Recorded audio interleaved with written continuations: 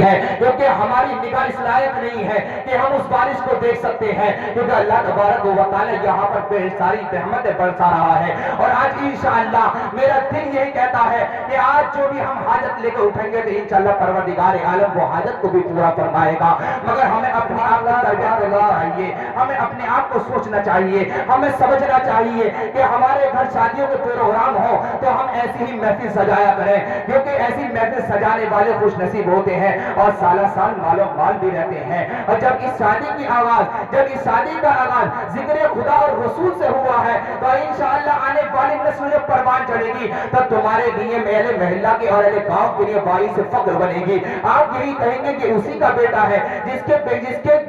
کی شادی میں اس کے آنے سے پہلے اس کے والدین نے یا اس کے دادا یا دادی نے محفل ذکر مصطفیٰ سجائی تھی، کیونکہ آج ہماری ابتدا جو ہے شیطانی کاموں سے ہو چکی ہے، اس وجہ سے آج ہم جلیل اور رسوا ہوتے نظر آ رہے ہیں۔ آپ تاریخ کا پنہ اٹھا کر دیکھیں ہمارے اسلاف نے کیسی زندگی گزاری ہے اور اپنی زندگیوں کو نمونہ بنا کر ہمارے لیے پیش کر دیا ہے کہ اگر آپ روزوں کی حالت میں ہوں گے، اگر تم اس طرح سے رہو گے تو لوگ تمہارا جب بھی چرچا کریں گے، اگر تم حدیث مصطفیٰ سنا کر اگر اپنے اولاد کی پرورش کریں گے تو یہ وقت کا امام بن کر ہی چمکے گا، کیونکہ اللہ تبارک و تعالیٰ جسے چنتا ہے اس سے کام لیتا ہے۔ مگر یہ نہیں دیکھے کہ آپ لوگ کہ ہم ایک حافظ نہیں ہے، یہ ہم قاری نہیں ہے، یا ہم مولوی نہیں ہے، یا ہم عالم نہیں ہے، جب بھی دین کا کام کریں گے اگر آپ قرآن پڑھے ہوئے ہیں تو جب بھی محلے کے بچوں کو قرآن پڑھا سکتے ہیں، کیونکہ آپ کا حق ہے کہ اس محلے میں مسجد نہیں ہے یا کوئی امام نہیں ہے کہ کچھ نہیں ہے، مگر ہم قرآن پڑھے ہوئے ہیں تو ایک جگہ بیٹھ کر بچوں کو تربیت دیں،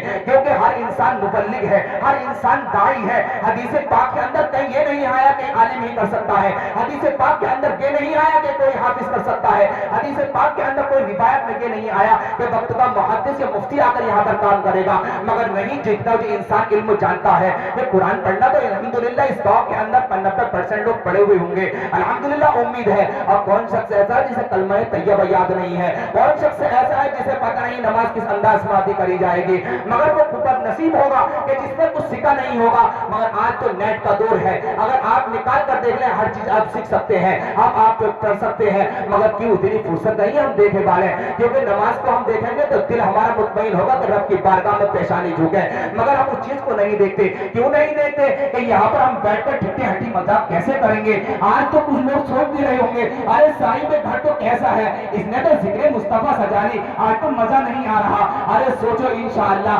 اگر آج اگر سخت دل سے توبہ کر کے اس محفل سے جو اٹھے گا، اللہ نے چاہا تو وہ رات کو محبوب خدا کا دیدار بھی پائے گا، اگر دیدار نہ پائے گا تو کچھ نور کی روشنی ضرور پائے گا، اور نور کی روشنی نہیں پائے گا تو صبح کو اٹھنے کے بعد کیفیت الگ ہی پائے گا، سوچے گا کہ آج کون سی محفل تھی ہے۔ کیونکہ ہم اگر گانے بجانے یہاں پر کرنے کے بعد میں رات کو سوتے تو صبح کو 12-1 بجے تک ہم سے اٹھا نہیں جاتا۔ کیوں نہیں اٹھا جاتا؟ کیونکہ ہمارے کان میں شیطان کی آواز گونجی ہے، اس لیے ہم سے نہیں اٹھا جاتا۔ اور آج جو گونج رہی ہے تو اللہ اس کے رسول کا ذکر گونج رہا ہے، کیونکہ کوئی نعت کی شکل میں سنا رہا ہے تو کوئی اپنے بیانات کی شکل میں سنا رہا ہے، کوئی کہہ رہا ہے درود پاک پڑھیں، ہم کہہ رہے ہیں پڑھیں استغفار، کیونکہ آج ذکر کی محفل ہے، یہاں پر شادی کی سنت وہ عظیم ادا کری جا رہی ہے، وہ سنت عظیم ہے۔ مشکوٰۃ شریف کی حدیث پاک ہے، اللہ کے رسول صلی اللہ تعالی علیہ وسلم ارشاد فرماتے ہیں جس کی لڑکی یا لڑکا اگر بالغ ہو جائے اور وہ ہوشیار ہو جائے، جوان ہو جائے، اس کے والدین کو چاہیے کہ فوراً وہ شادی کر دے،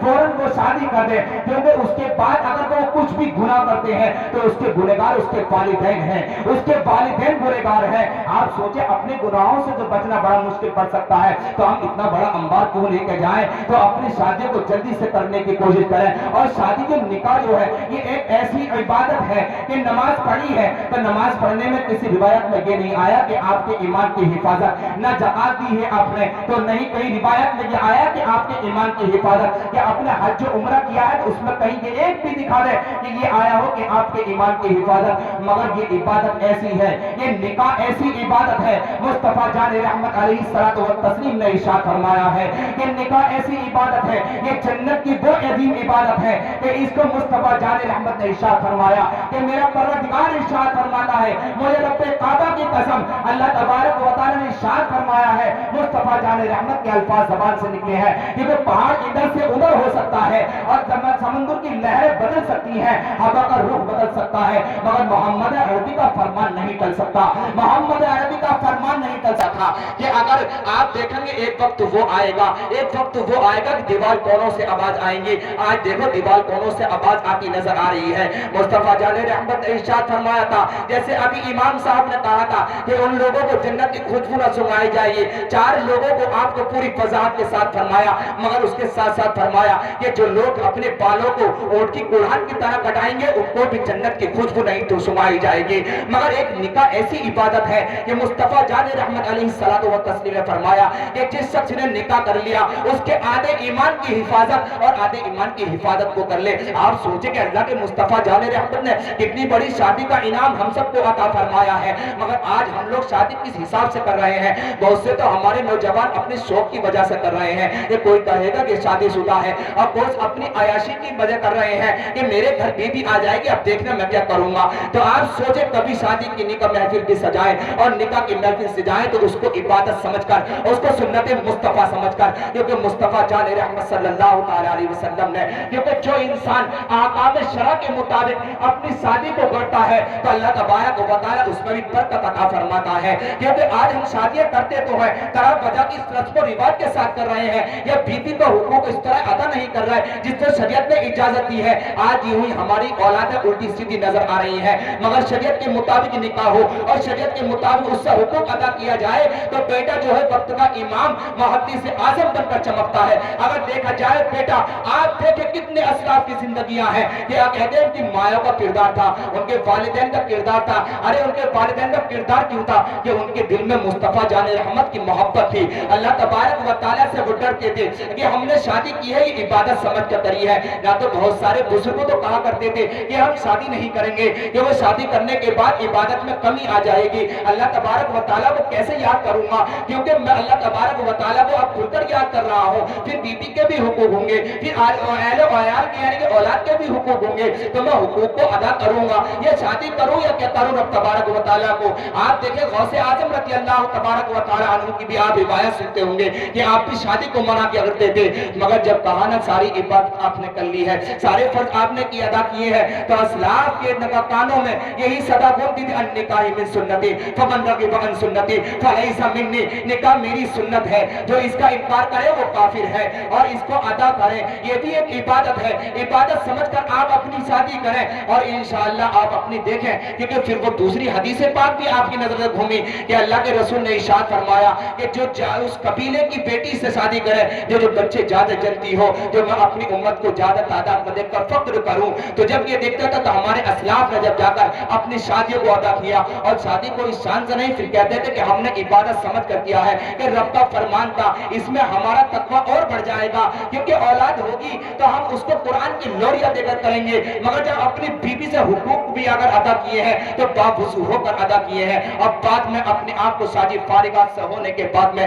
آپ دیکھیں تو ان مایوں کے کوکھ سے اگر جنم لیا ہے تو کسی غوث اعظم رضی اللہ تعالیٰ نے لیا ہے. اگر اسی کے بعد آپ نیچے آ کر دیکھیں تو وہ ایسی مایا ہوا کرتی تھی کہ جب اس طرح سے حقوق کو اچھا ادا کیا ہے تو وقت کوئی ہندل پری بن کر چمک رہا ہے. اور آپ دیکھیں اگر اور آگے آپ دیکھتے جائیں, ہم کہہ دیتے ہیں کہ صاحب یہ تو وہ لوگ تھے, وہ مسلمان تھے, وہ سچے پکے ایمان والے تھے. ارے آپ بھی تو انہی کے غلام ہیں, آپ بھی تو ان کی نظر و نیاز کر رہے ہیں. تو کہیں اگر 13 رجب آپ دیکھیں, کہیں 13 ربیع النور آ رہی ہے تو صابر پاک کے نیاز آپ نہیں کر رہے ہیں. کبھی 28 محرم آتی ہے تو کیا بات آپ مخدوم سنت کی آپ نہیں کر رہے 28 محرم, یا 25 صفر آ رہی ہے تو امام اہل سنت کی آپ نہیں کر رہے ہیں. اور کہاں جاؤ ہو 18 ربیع الثانی اگر تمہاری یہاں آ رئی ہے تو حضور اجمل العلماء کی تم سنبھل بھالو نہیں کر رہے ہو, یا کوئی اور کر رہا ہے. تو جب ان کے نعرے ہم لگا رہے ہیں تو ان کی شریعت ان کے احکام پر چلنے کے لیے ہم کیوں نہیں تیار ہیں, کیونکہ انہوں نے ہمارے اسلاف نے تو